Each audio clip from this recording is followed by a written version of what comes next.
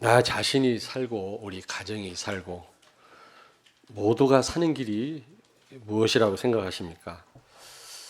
여러분, 참된 응답을 어떻게 하면 받을 수 있다고 생각하십니까? 우리의 정체성을 아셔야 돼요. 오늘 여기 보니까 에스겔을 향해서 인자야, 내가 너를 이스라엘 족속의 파수꾼으로 세웠으니 너는 내 입의 말을 듣고 나를 대신하여 그들을 깨우치라라고 말씀합니다. 악인과 의인을 깨우치라고 말씀합니다.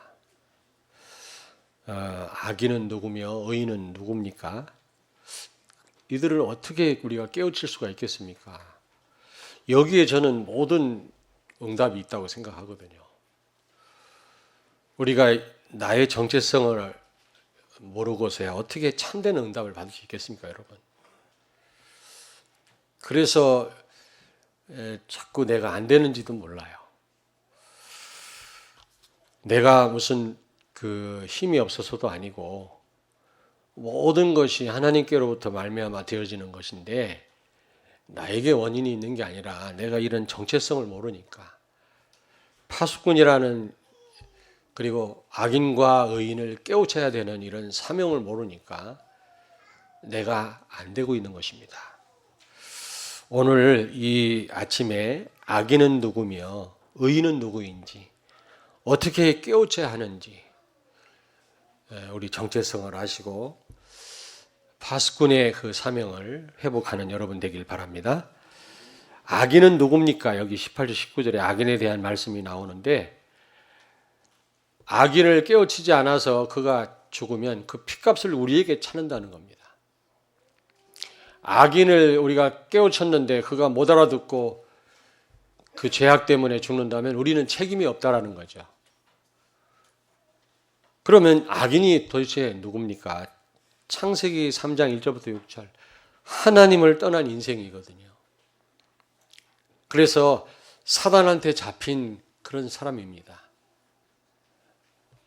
무슨 윤리적으로 도덕적인 죄를 범해서가 악인이 아니고 하나님을 모르는 사람, 하나님을 떠난 인생. 그래서 사단한테 잡힌 사람을 악인이라고 얘기를 합니다. 그래서 결국은 세상 풍속대로 살 수밖에 없는 거죠. 에베소 2장 2절 보니까 우리가 예전에는 세상 풍속을 따라 살았는데 이제 그리스도로 말미암아 성령의 인도를 받는 삶이 되었다라고 말씀하잖아요. 세상 풍속이 뭐죠? 사주팔자 운명 아닙니까? 여러분, 태어난 연월일시, 태어난 시간에 따라서 이 운명이 정해져 있습니다. 불신자는 이 운명을 무시해서도 안 되고 이걸 벗어날 수가 없는 거예요. 이사 갈 때도 날 잡아서 가야 되고 무당이나 점쟁이한테 묻고 해야 되거든요. 그걸 무시하면 마귀가 가만 안 둡니다. 크게 해코지를 하죠. 뿐만 아니라 고린도전서 10장 19절 20절 보니까 우상 숭배를 하게 돼 있어요. 하나님을 떠난 인생은 갈급하니까요. 언젠가는 한계 오면 뭐래도 찾게 돼 있거든요. 잘못 만난 것이 이게 우상이거든요. 우상을 가짜 하나님이라고 합니다. 가짜 하나님. 이 우상 숭배에 다 빠져 있거든요. 그러면 결국 어떻게 됩니까? 결국 망할 수밖에 없는 거죠. 우상 숭배는 귀신 섬기는 거 아닙니까? 불신자가 절하고 제사하는 것은 귀신에게 하는 것이요 하나님께 하는 것이 아니니라 그랬잖아요. 근데 여러분, 가장 무서운 우상이 뭐라고 생각하십니까? 내가 하나님인 줄 알고 사람을 판단하는 것입니다. 창세기 3장 5절에 보니까 마귀가 최초의 인간 아담과 하와를 유혹하죠. 너는 하나님처럼 될 거다. 이 선악과를 따먹으면 하나님처럼 될 거라는 겁니다. 그래서 타락한 인간은 자기가 하나님인 줄 알아요. 자기 생각이 항상 옳다고 고집을 합니다. 자기 기준대로 판단하고 삽니다. 여러분, 우리는요, 틀릴 때가 더 많아요. 우리는 모순 덩어리 아닙니까? 하나님을 떠난 인생은요, 선한 것이 하나도 없다고 그랬어요, 바울이요. 그런데 어떻게 선한 것이 하나도 없는 나도 틀린데 다른 사람을 어떻게 판단할 수 있겠습니까? 원래 최초의 인간 아담과 하와는 타락하기 전에는 선악을 몰랐다고 그랬어요. 근데 타락한 이후에 선악을 알게 되었다라고 하나님은 탄식하거든요. 창세기 3장 22절 23절에 보니까. 여러분, 선악 판단은 하나님만 하실 수 있는 고유 권한입니다. 그런데 우리가 어느 날 사람을 딱 판단하기 시작했습니다. 왜냐하면 자기가 하나님인 줄 알고 그 착각하는 거 아닙니까? 이게 가장 무서운 우상이에요. 내 생각대로 내 기준대로 사는 거, 다른 사람을 판단하는 거, 그건 자기가 하나님이라고 지금 착각하고 있는 거거든요. 이것처럼 무서운 우상이 없어요. 이거 완전 흑암이에요, 흑암. 우리는 오직 복음으로만 우리는 판단하고 복음으로만 우리는 모든 사람을 봐야 될 줄로 믿습니다. 내 기준대로 보면 안 돼요. 절대적인 기준은 오직 예수 그리스도입니다. 하나님이십니다. 틀린 자를 가지고 계속 재봐요. 틀린 결과가 나올 거 아닙니까? 나도 틀린데 누구를 판단합니까, 여러분? 그렇잖아요? 불신자는 전부 자기 생각대로, 자기 중심대로, 자기 기준대로 산다니까? 그래서 창세기 3장, 6장, 11장에 보니까 내 중심, 물질 중심, 그리고 성공 중심에 다 빠지게 된 겁니다. 하나님을 떠난 인생들을 살펴보라니까요. 전부 자기 중심대로. 물질 중심대로, 성공 중심대로 살잖아요. 그러다가 홍수 심판이 온 거고, 그러다가 바벨탑이 무너진 거 아닙니까? 그래서 성경은 에베소 2장 3절에 본질상 진노의 자식이다 그랬어요. 아무리 그 사람이 지금 잘 나가는 사람이라 할지라도 본질이 망할 신분이라. 그러므로 여러분, 잘 나가는 불신자 보고 부러워하시면 안 돼요. 여러분, 휘황찬란한 세상이 부럽습니까? 이미 진 거예요, 그거는. 인격이 아주 훌륭한 사람이 여러분 존경스럽습니까? 이미 진 겁니다, 우리가. 불쌍하게 보여야 돼요. 바울은 그래서 로마 황제 가이사 아구스도 앞에서 복음을 전했어요. 황제를 할지라도 하나님 모르면 본질이 망할 사람이라니까. 불쌍하게 보여져야 우리가 복음을 선포할 거 아닙니까?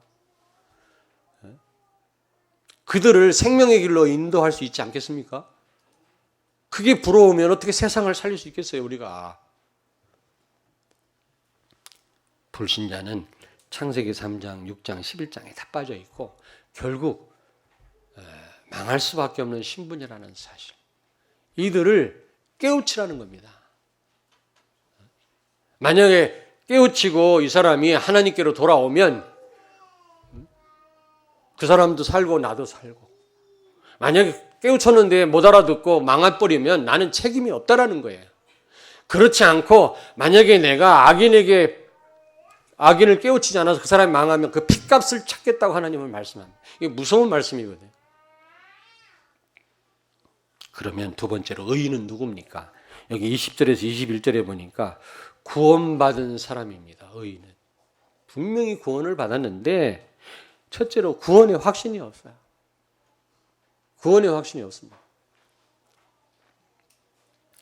구원의 확신이 없으니까 무슨 또 확신이 없죠? 사죄의 확신이 없는 거예요. 여러분, 구원의 확신이 없으면 내가 죄 용서함 받았다라는 이런 확신이 없습니다. 없게 되면 기도 응답의 확신이 있을 수가 없죠. 요한복음 16장 24절에 이제부터 내 이름으로 구해라. 그러면 무엇인지 이루리라. 그리고 너의 기쁨이 충만하리라 말씀했는데, 우리가 사죄의 확신이 없고 하나님 자녀된 확신이 없는데 어떻게 하나님께 기도할 수 있겠냐 그 말이에요. 아니, 우리 아버지 엄마라는 확신이 없는데 자식이 어떻게 부모에게 뭘 요구할 수 있겠냐고 여러분 생각해 보세요. 확신이 있어야 아버지 하나님께 자식으로서 요구할 수 있는 거 아니겠어요? 기도가 안 된단 말은 다 안 된단 말 아니겠어요? 구원의 확신이 없어요. 구원은 받았는데 그러다 보니까 인도의 확신이 없는 겁니다. 요한복음 14장 26절에 성령은 우리를 완벽하게 인도하고 계신다고 그랬거든요. 아멘. 깨닫게 해주시고 도와주시고 알게 해주시고 힘도 주시고 우리를 인도하고 계신다고 했는데 구원의 확신이 없으면 이런 인도의 확신도 없는 겁니다. 그러면 우리는 방황할 수밖에 없고 내 힘으로 살아야 돼요. 허점 소성인 우리가 무엇을 우리가 제대로 할 수가 있겠습니까?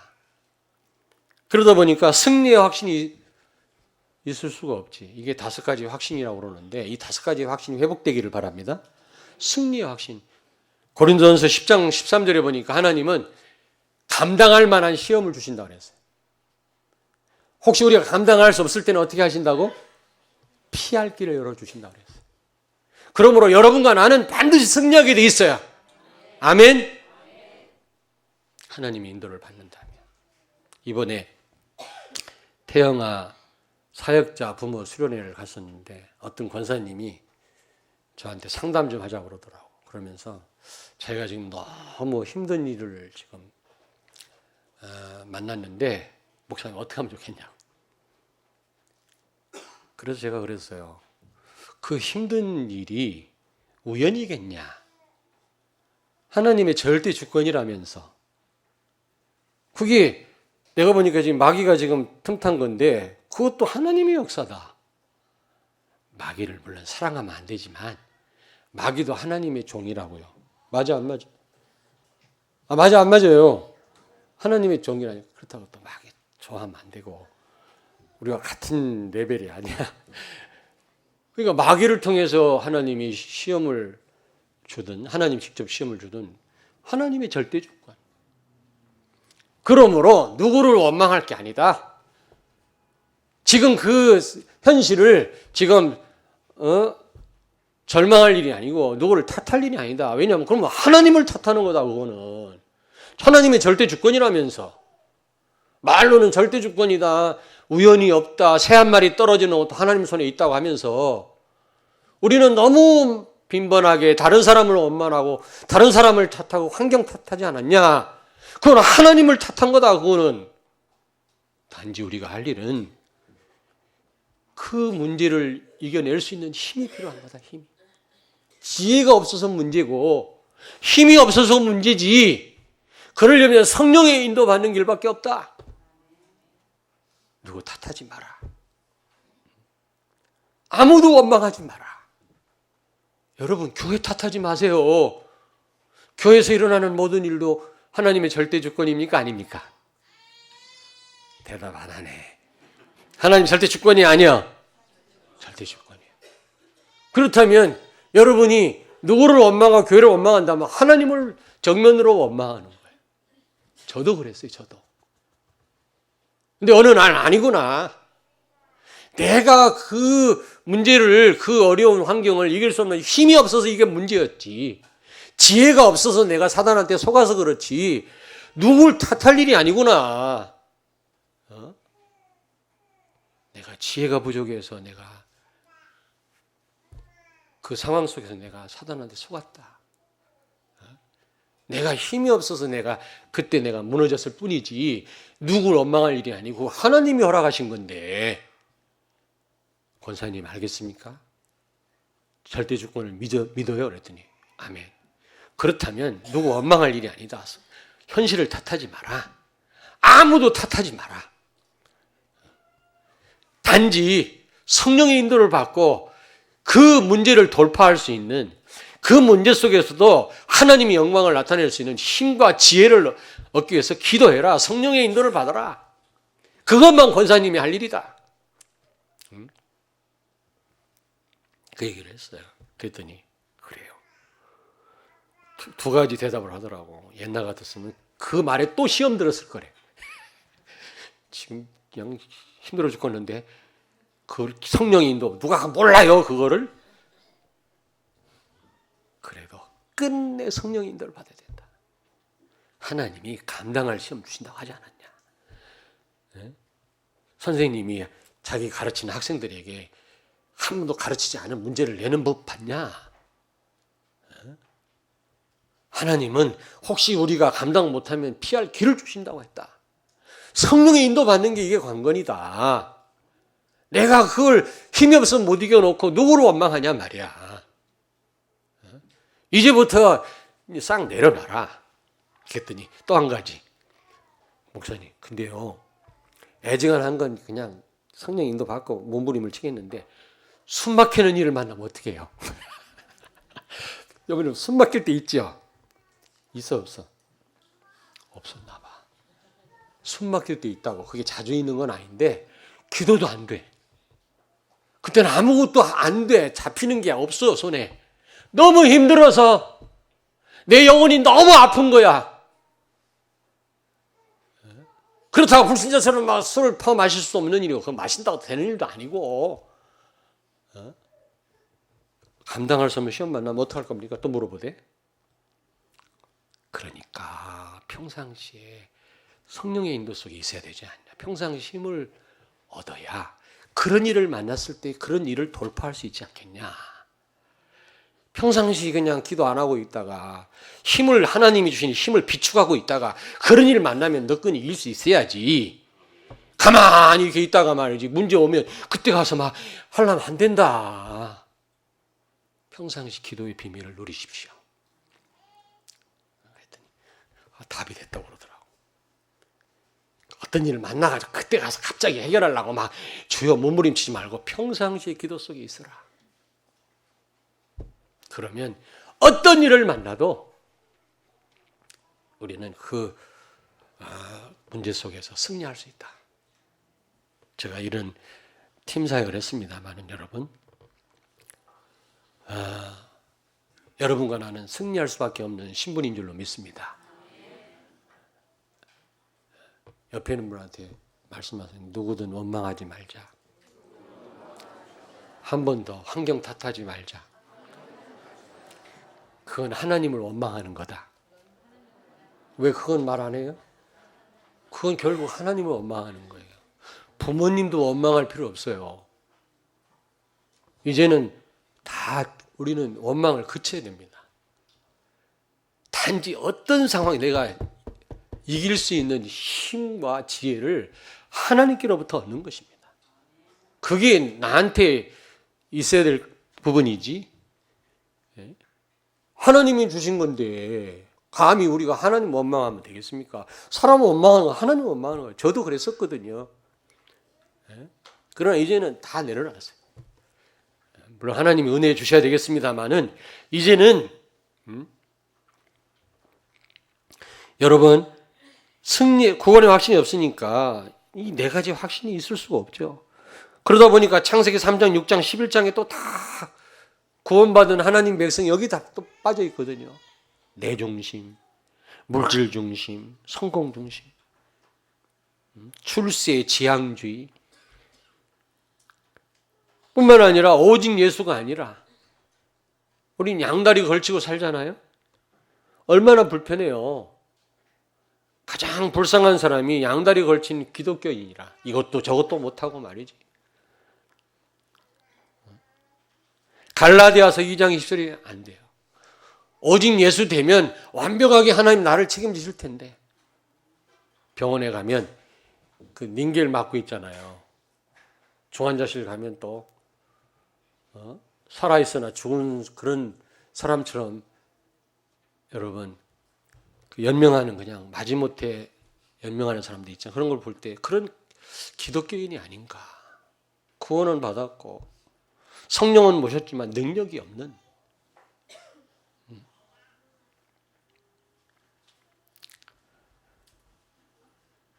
여러분 임마누엘 못 누리면 은밀한 시간이 전부 죄 짓는 시간이요.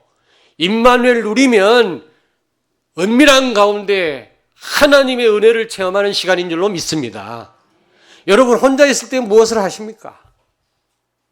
혼자 있을 때 그게 진정한 나거든요. 저는 그 생각이 들더라고요. 성령을 근심케 하지 말자.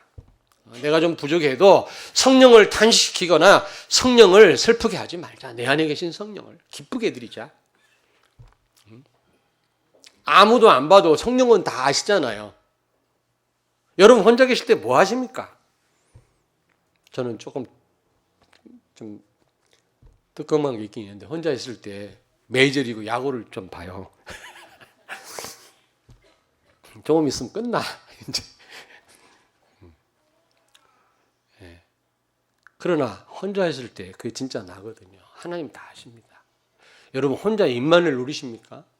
오늘날 그리스도인들이 못 누리거든요. 임마누엘 못 누리는 시간은 은밀하게 죄 짓는 시간이다. 정말로 임마누엘 누리는 시간은 은밀하게 은혜 받는 시간이다. 그래서 성령을 근심시키지 말자. 누가 뭐라고 해도 혼자 하나님과 동행하는 시간을 갖자. 심지어 생각까지도 이 참 쉽지 않거든요, 여러분. 새가 날아가다가 내 머리에 둥지는 틀 수는 없지요. 둥지 턱에 가만히 있어? 그러나 소라네. 새가 똥을 싸고 머리에 떨어지면 그거 어떻게 하겠습니까? 떨어지는데. 더러운 생각이 내 머리를 스쳐가는데 그걸 어떻게 막을 수 있겠냐고요, 그거는. 그러나 더러운 생각에 사로잡혀서는 안 되잖아요. 하나님이 그거 다 아시잖아요. 여러분, 오늘날 그리스도인들이 흑암 가득한 생각에 사로잡혀요. 마태복음 7장 17절 18절에 보니까 좋은 나무는 좋은 열매를 맺고 나쁜 나무는 나쁜 열매를 맺나니 그랬거든요. 참된 믿음이 있다면 반드시 행위가 수반되어야 되는데 삶이 없어요. 복음을 안다고 하면서도 삶이 없다니까. 사랑할 줄도 몰라요. 그렇게 미워해요. 교회 헌신하지 않아요. 삶이 없다니까. 하나님을 사랑한다 하면서도 헌금도 안 해요. 헌신하지 않습니다. 힘든 일을 회피합니다. 성경은 반드시 참된 믿음은 행위를 수반한다고 그랬어요. 그 열매를 보고 그 나무를 안다고 그랬어요. 우리는 하나님은 아니지만 그 사람의 삶을 보면 조금은 짐작할 수가 있어요. 아, 저 사람이 정말 복음을 누린 사람이구나. 정말 하나님을 사랑하구나. 저 사람은 그리스도가 지식이 아니구나. 안다니까? 그렇게 훈련받고 그렇게 알면서도 헌신하지 않아요. 그렇게 위로하고 말이지.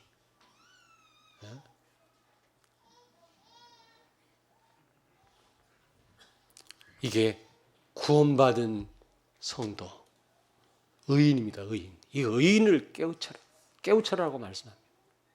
깨우치기 전에 나부터 깨우쳐야 될 것 같아. 누구 딴 사람 살리기 전에 나부터 지금, 여러분들한테 소리 지르기 전에 나부터 지금.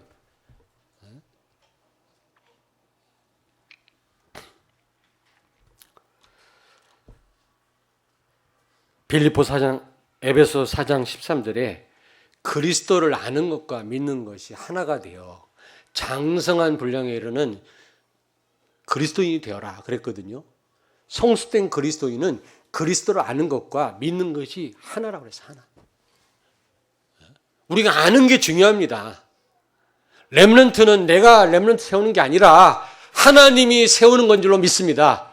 우리는 렘넌트를 세워서 세계를 살려 이렇게 말을 하잖아요. 그럴 수 있는데 그건 틀린 표현이에요. 우리 자녀를 렘넌트로 세우는 분은 하나님이신 줄 믿습니다. 나는 최선 목사님 말씀에 의하면 나는 그리스도를 아는 것입니다. 내가 할 일은 복음을 깊이 깨닫고 복음을 믿는 것입니다. 그게 내가 할 일이지 내가 누구를 세우고 말고 무슨 렘넌트 세우고 제자를 세웁니까? 그래서 그리스도를 아는 게 중요한데 아는 거로 끝나면 안 돼요. 아는 것과 믿는 것이 하나가 되어야 된다 그랬어요. 한번 찾아봅시다. 에베소 4장 13절. 에베소서 4장 13절. 산부인과 의사가 제일 좋아하는 성경 에베소서. 근데 우리 애들이 우리 선아가 그러더라. 아빠 이제 그거는 그만 얘기하래. 이제 식상했대 이제. 근데 할 말이 없으니까 에베소 4장 13절을 같이 읽겠습니다. 우리가 다 하나님의 아들을 믿는 것과 아는 일에 하나가 되어 온전한 사람을 이루어 그리스도의 장성한 분량이 충만한 데 이르리니. 아멘. 어떤 사람이 성숙된 그리스도인입니까? 그리스도를 아는 것과 믿는 것이 일치가 되어야 된다. 우리가 완전할 수는 없지만 그렇게 많이 알면서도 우리 삶에는 열매가 없어요. 열매를 보면 안다고 했는데 믿음은 생산적이거든요. 믿음이 있다면 뭔가 열매를 생산해내야 돼요. 뭔가 선한 행실이 따라와야 돼요. 불신자 행실은 아니고 그거와 다르죠. 행위가 수반돼야 되는 거예요. 만약에 그 행위가 없다면 그 믿음은 가짜예요. 오늘 수많은 그리스도인들이 손가락질 당하는 이유가 어디 있습니까? 삶이 없는 거예요. 이런 의인을 깨우쳐라 말씀합니다. 세 번째로 우리는 악인이 어떤 자며 의인이 어떤 자인지 알았다면 우리가 이들을 깨우쳐야 될 줄로 믿습니다. 어떻게 깨우칩니까? 주는 그리스도시요 살아계신 하나님의 아들이십니다. 그리스도를 알게 해야 돼요. 예수가 그리스도라는 사실을 알게 해야 돼요. 불신자도 알아서 모든 저주에서 빠져나오도록 도와줘야 되고 의인도 신자도 거의 다가 그리스도가 무슨 말인지 모릅니다. 그리스도를 알게 해줘야 돼요. 아멘. 그리스도가 무슨 말입니까? 기름 부음 받은 자. 왕, 제사장, 선지자를 기름 부음 받은 자라고 그래요. 이 세 가지 직분을 가지고 오셔서 우리가 해결할 수 없는 사단의 권세를 깨뜨리시고 하나님 떠난 죄를 해결하시고 하나님 만나는 길을 열었어요. 지옥 갈 우리를 하나님 백성, 천국 백성 삼으신 겁니다. 다시 말하면 인간의 근본을 해결하신 분이십니다. 아멘. 그분이 우리와 지금 함께 계십니다. 이 사실을 모르는 성도들에게 우리는 알게 해줘야 돼요. 시급합니다, 여러분. 예수가 그리스도라는 사실을 몰라요. 수많은 그리스도인들이. 그러니까 종교 막 통합 운동을 하고 스님들하고 같이 예배드리고 신부들하고 같이 미사드리고 그러잖아요. 아니 뿔은 같이 찰 수 있을지 몰라도 예배는 드릴 수 없고 영이 다른데 어떻게 예배드립니까?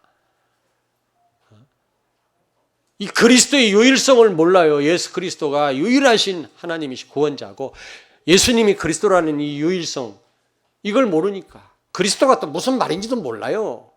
설교를 하면서도. 이들을 깨우치라는 겁니다. 사도행전 4장 12절 오직 우리를 구원할 이름은 예수 그리스도 뿐인 줄로 믿습니다. 천하에 우리에게 구원받을 만한 이름을 주신 적이 없다. 예수 이름 말고는 주신 적이 없다. 근데 지금 자꾸 목사님들까지도 교회 바깥에도 구원이 있다고 그러고 부처가 그리스도라는 겁니다. 형태만 다를 뿐이지 예수도 그리스도지만 부처로 오신 그리스도라는 거예요. 그게 신부가 그런 말하는 게 아니라 목사들이, 신학생들이 지금 위기 중에 위기입니다. 이들을 깨우쳐라 그 말이에요. 구원은 받았지만 예수가 그리스도라는 사실을 모르잖아요. 그냥 교회만 다니거든요. 예배 잘 드리면 되고 헌금 많이 하면 되는 줄 알아요. 그렇지 않습니다. 예수가 그리스도라는 사실을 알아야 될 줄로 믿습니다. 아멘. 마태복음 17장 8절 엘리야도 사라지고 모세도 사라지고 변화산에서 오직 예수만 남았더라 그랬거든요. 예수로 충분한 줄로 믿습니다. 예수 안에 다 있어요. 다 있어요. 골로새서 2장 2절 3절 바울은 예수 안에 모든 지식과 모든 지혜와 모든 축복이 다 들어있느니라 그랬어요. 자, 우리 여러분들 예수로 충분합니까? 그렇지 않습니까? 충분한 줄로 믿습니다. 예수님이 십자가에서 뭐라고 말씀했다고요? 마지막 다 이뤘다. 다 마침표 찍었다 그랬어요. 다 끝냈어요, 여러분. 그래서 이걸 알고 있었던 다윗은 그렇게 어려운 가운데서도 뭐라고 고백했습니까? 여호와는 나의 목자시니 내게 부족함이 없다 그랬어요.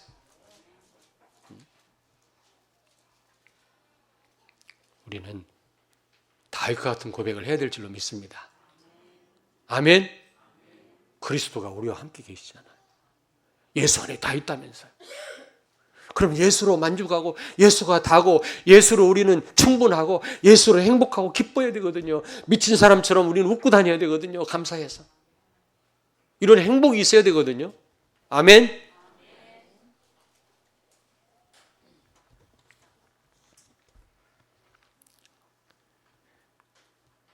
그 정도가 아니라 이제 오직 예수 돼야 돼. 오직 예수. 의인을 깨우치라는 말은 오직 예수 되게 해라. 악인도 구원받고 오직 예수 돼야 되지 않겠습니까? 오직 예수 되지 않고는 당해요, 여러분. 어느 때는 오직 예수, 어느 때는 내가 하려다 보면 마귀 못 이겨요, 여러분. 마귀하고 우리는 상대가 안 됩니다. 예수 들고 나와야 마귀가 도망가지. 내가 하려고 하면 마귀가 알기를 우습게 하려 우리를요.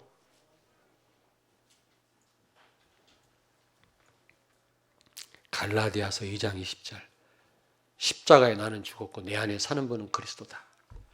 그리스도로 사는 삶이 돼야 될 줄로 믿습니다. 여러분, 교회는 십자가를 지러 오는 곳이지 구경하러 오는 곳이 아닙니다. 십자가 없이 어떻게 부활의 영광을 예수님이 받으셨겠습니까? 십자가를 질 때 나와 세상이라고 하는 이 괴물로부터 우리는 자유할 수가 있는 것입니다. 그렇지 않고는 이 괴물 중에 괴물인 세상에 우리는 노예처럼 잡혀 살 수밖에 없는 거예요. 십자가를 우리가 기쁨으로 받아들이지 않고 부담으로 우리는 십자가를 지면 독한 사람이 돼버려요. 우리는 기쁨으로 십자가를 지시기 바랍니다. 부담으로 지면 어떤 사람 된다고?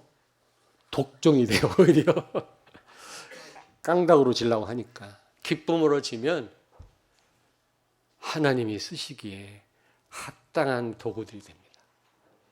온유한 자들이 됩니다. 십자가 복음을 모르면 교회는 하나님 만나는 곳이 아니고 내 꿈을 이루는 장소로 전락됩니다. 그리스도가 나의 주인이 아니고 필요할 때 부려먹는 알라딘의 요술 램프의 마왕같이 되어버립니다.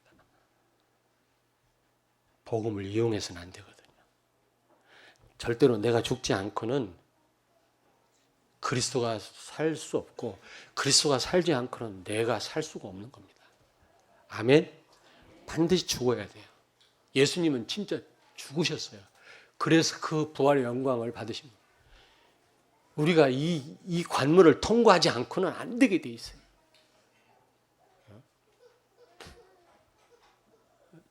여러분, 강고집이요? 최고집이요? 어떤 고집이 더 세요? 강씨 아니라고 또 강고집이라네 또. 최고집, 강고집. 근데 더 무서운 게 안고집이라고 해요. 안고집. 예. 근데 또 곽고집도 무서워요. 곽고집. 제가 이래봐도 착하게 생겼지만 어느 때는 양보 안 하거든요. 우리 장로들이 끄떡끄떡 하시네. 죄송합니다. 근데 다 내려놨어. 아니 진짜예요. 복음 말고는 고집 피울 게 없다. 내가 살았기 때문에 계속 고집 부리는 거지. 강고집 버금가는 게 곽고집인데 이제 복음 말고는 다 양보한다. 예전에 유 목사님 그 말씀 하더라고. 다 오케이. 복음 말고는 다 오케이. 그래서 무슨 말인가 못 알아들었어요. 알아들었어.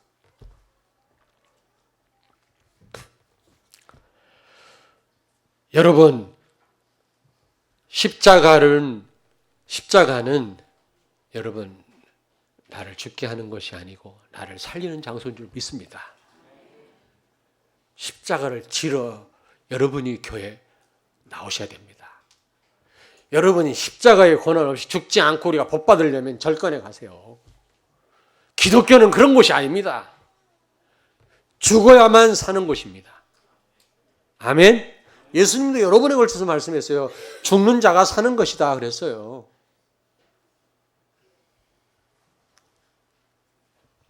옆에 분한테 말씀하십시오. 우리는 십자가에 죽었습니다. 그럼 이제 말이 없어야 돼요. 그리고 모든 일이 하나님의 절대 주권이에요. 그 누구를 원망하거나 탓해서는 안 돼요. 이제 환경도 탓하지 맙시다. 교회도 탓하지 맙시다. 부모도 탓하지 맙시다, 여러분. 남편도 탓하지 마세요. 아내도 탓하지 마세요. 그 하나님을 탓하는 겁니다, 그거는. 내가 단지 힘이 없어서, 지혜가 없어서, 내가 그런 어려움을 내가 감당 못했을 뿐이지. 누구 탓할 일이 아니다.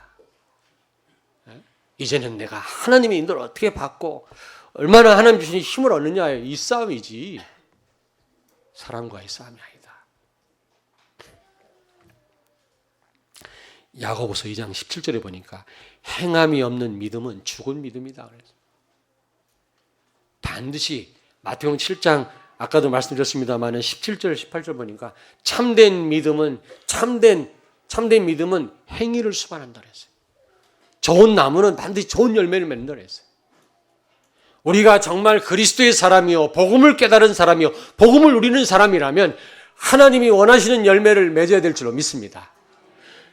과거에 내가 100마디 거짓말을 했다면 지금은 10마디만 하고 있어야 돼. 내가 과거에 10마디 거짓말을 했다면 지금은 거짓말하지 말아야 돼. 과거에 내가 그토록 사람을 미워했다면 이제는 미워하지 말아야 돼요. 그게 그리스도인이에요. 우리가 바뀌어야 되지 않겠습니까? 그렇잖아요? 우리는 자주 불신앙에 빠지고 실망하잖아요. 하나님을 무시하는 처사예요. 하나님은 전능하시다면서요. 그렇잖아요? 성령을 슬프게 하는 일이에요. 그래서 지금까지 우리 일이 안 되고 있는지도 몰라요. 성령을 기쁘게 해드리세요. 옆에 있는 분랑 축복하고 성령을 기쁘게 해드립시다. 우리가 잘해봤자 얼마나 잘하고 우리가 못나봐야 얼마나 못났습니까? 배워봤자 얼마나 배웠겠습니까, 여러분? 어떤 분이 박사라고 그래서 어떤 박사인가 했더니 파리 박사야, 파리. 파리 전문가라. 근데 파리 엄청 많이 연구해요. 파리가 그냥 붙어 있잖아. 연구하면 우리도 붙어 있을 수 있어. 높은 빌딩 겨 올라갈 수 있어. 스파이더맨 될 수 있대. 연구한다니까? 곤충 가지고 연구 많이 하면 그건 뭐 귀한 일이에요. 박사가 잘못됐단 말이 아니라 박사가 똑똑하면 얼마나 똑똑합니까? 하나님 보실 때는 도찐 개찐이라 얼마나 우리가 성령의 인도를 받느냐, 하나님 주신 지혜를 얻느냐. 목사님 막 힘들어 죽겠는데 어떡합니까? 막 숨도 못 쉬겠는데 기도도 안 나오는데요. 그러니까 평상시에 힘을 얻으라고 하지 않습니까? 평상시 기도 비밀을 누리고 있으라고 하지 않습니까? 운동 안 하고 있다가 병 들어가지고 운동하면 이미 늦었어요. 계속 운동 안 하고 그냥 있다가 그냥 몸 아프니까 그때 가서 막 운동하고 이미 늦었다니까.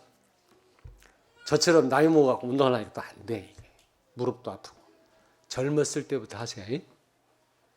예? 젊어? 우리 우목사님 젊어. 아멘 크게 하게. 내일 모레 40이에요. 젊은 것도 아니야. 평상시 우리가 여러분 기도 속에 있어요. 하나님 주신 힘을 우리가 비추게 해야 돼. 그래야 숨막히는 일이 왔을 때 누구 원망하지 않고 흑암에 속지 않고 그걸 돌파할 수 있지요. 다 하나님의 절대 주권이라면서. 저도 절대 주권을 인정하라고 소리는 질렀지 인정을 못했었어요. 근데 이제 100% 인정할 100% 인정할 겁니다. 그 누구 원망 안 할 겁니다. 문제는 내가 문제, 내가 그걸 하나님의 힘으로 이겨야 되는데 그걸 못 이기는 내가 문제. 갑자기 문제 왔을 때 하려고 막 당황하지 말고 평상시 기도 속에 깊은 기도의 비밀 속에서 하나님 주신 힘을 비추게 돼요. 그래서 아무리 세상이 무너져도 흔들리지 않는.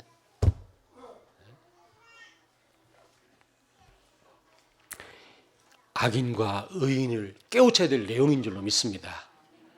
구원받았다고 다가 아니고 그냥 다지. 그게 물론 다인데 이런 내용을 가지고 정말 갈라디아서 2장 20절 되도록 삶을 사는 그런 그리스도인 되도록 나 자신이 그렇게 살고 그렇게 깨우쳐야 된단 말이죠. 여기에 모든 축복이 다 있어요, 여러분. 아멘. 결론입니다. 첫째, 피값을 모르면 피값을 치러야 돼요. 모든 생명은 피에 있다고 그랬거든요. 피가 없으면 죽어요. 그래서 레위기서 보니까 17장입니까? 피에 생명이 있다고 그랬어요. 피 흘림이 없이는 죄사함이 없다고 그랬거든. 여러분, 죄 문제는 피를 뿌려야 돼. 생명 걸지 않고는 죄 문제 해결 못합니다. 그래서 예수님 우리 죄 때문에 생명 건 거예요. 피를 다 쏟으신 거예요. 얼마나 이 생명이 중요합니까? 하나님이 형상으로 지음받은 이 생명들이 지금 죽어가고 있고 지금 구원받고도 헤매고 있잖아요. 피값이 얼마나 귀한지 아십니까? 그렇다면 그들을 살려야 된단 말이에요. 깨우쳐야 된단 말이에요. 피값을 모르면 피값을 받아요, 우리가. 고린도전서 9장 16절에 뭐라고 바울이 말씀합니까? 내가 부득불 전도하는 것은 나에게 화가 미침이로다. 우리가 복음 전하지 않는 것은 나에게 화가 된다는 겁니다. 여러분, 그래서 지금 관계전도 놓고 다 기도하고 계시죠? 관계전도? 혹시 기도 안 하는 분은 새롭게 11월 29일 날 오후 예배 때 아주 전도 초청 축하 행사를 하려고 그래요. 아주 크게. 지금 준비하고 있습니다. 여전도에서 하루 카페도 좀 하시고 2층 로비에서. 하여튼 그래서 좀 새가족들을 초청해서 하나님 만나는 그런 기회가 될 수 있도록 우리가 해야 되지 않겠습니까? 여러분 진짜 기도 시작하시죠. 그리고 5가지 기초 있잖아요. 다락방, 팀사역, 미션홈, 전문교회, 지교회. 이거 빨리 회복해야 됩니다. 초창기에는 막 다락방하고 다니고 막 이러더니 지금은 거의 시들해졌어요, 지금. 빨리 우리 이 5가지 기초를 가지고 빨리 우리 의인을 깨우치고 악인을 깨우치고 파수꾼의 사명을 감당해야 될 줄로 믿습니다. 5가지 기초 회복하시기 바랍니다. 아멘. 여러분들 지교회 하셔야 돼요. 우리 중직자들 지교회 응답을 받으셔야 됩니다. 우리 사랑하는 성도님들 다락방 통해서 많은 사람 살려야 됩니다. 5가지 기초를 회복하는 여러분이 되시길 주의 이름으로 축원합니다. 아멘. 기도하겠습니다. 하나님 아버지, 우리를 악인과 의인을 깨우치는 이 시대의 파수꾼으로 부르신 것을 감사합니다.